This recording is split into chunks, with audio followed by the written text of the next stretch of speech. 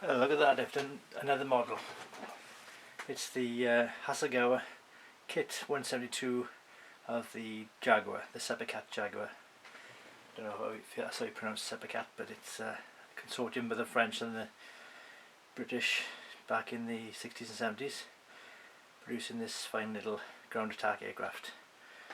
This is what they call the international version, but all that really means is it's the sales version. It's the demonstration version which they took around places like Farnborough, I'd imagine, and the Paris Air Display back in the day. I've used the ladder which comes with it. You make 2 holes in the fuselage and you plonk that in, and I've used a cocktail stick to hold the canopy in place as it was drying in setting. So I used a bit of white glue to glue it in the up position. Bit of innovation there. It's quite a good kit, well moulded. Maybe because it's a modern kit, it's quite tight fit in some places. You have to, especially I found the top mounting one piece wing section was a bit, needed a bit of filing and scraping down to fit easier. But other than that, it was quite a good build. One thing I tried on this occasion was to try to make a glass nose, the laser nose.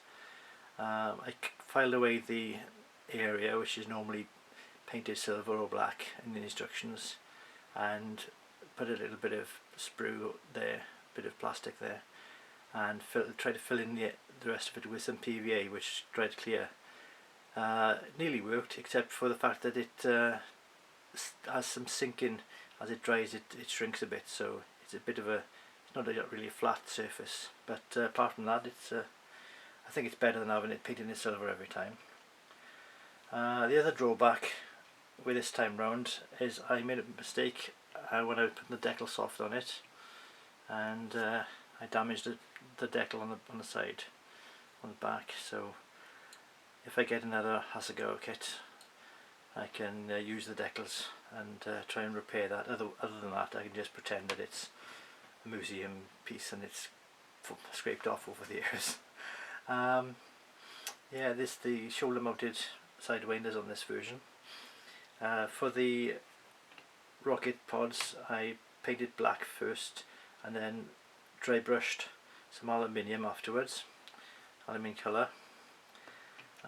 Underneath, to get this yellow stripe on the bombs, I masked the front end, painted it yellow, then moved the masking forward a millimetre and masked and painted the rest again, which left a yellow band.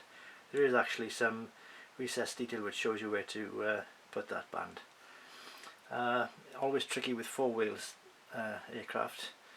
You've got to try and get them level. It's fairly level, probably not perfect, but it works. And you got the bombs here, obviously. You can see what they are. Just use silver paint here. This is the Humbrol metal coat, which smells a bit, but it's buffable, so it gives a nice, quite a nice metallic shine on that, I think. So I put Humbrol metal coat for that, and acrylic number 11 silver on that. Likewise, put out silver on there, and gunmetal on the back where it said burnt iron. A bit of bronze, Humbrol bronze enamel metal coat with mixed up with another colour to try and flatten it a bit. The wheel wells are a mixture of interior, I think it's number 72 and 24, yellow, so it's yellow and interior green to make that slightly different green. A little bit of black in there and paint it over again. So there, yeah, pretty much nothing much to describe apart from that. I enjoyed building it.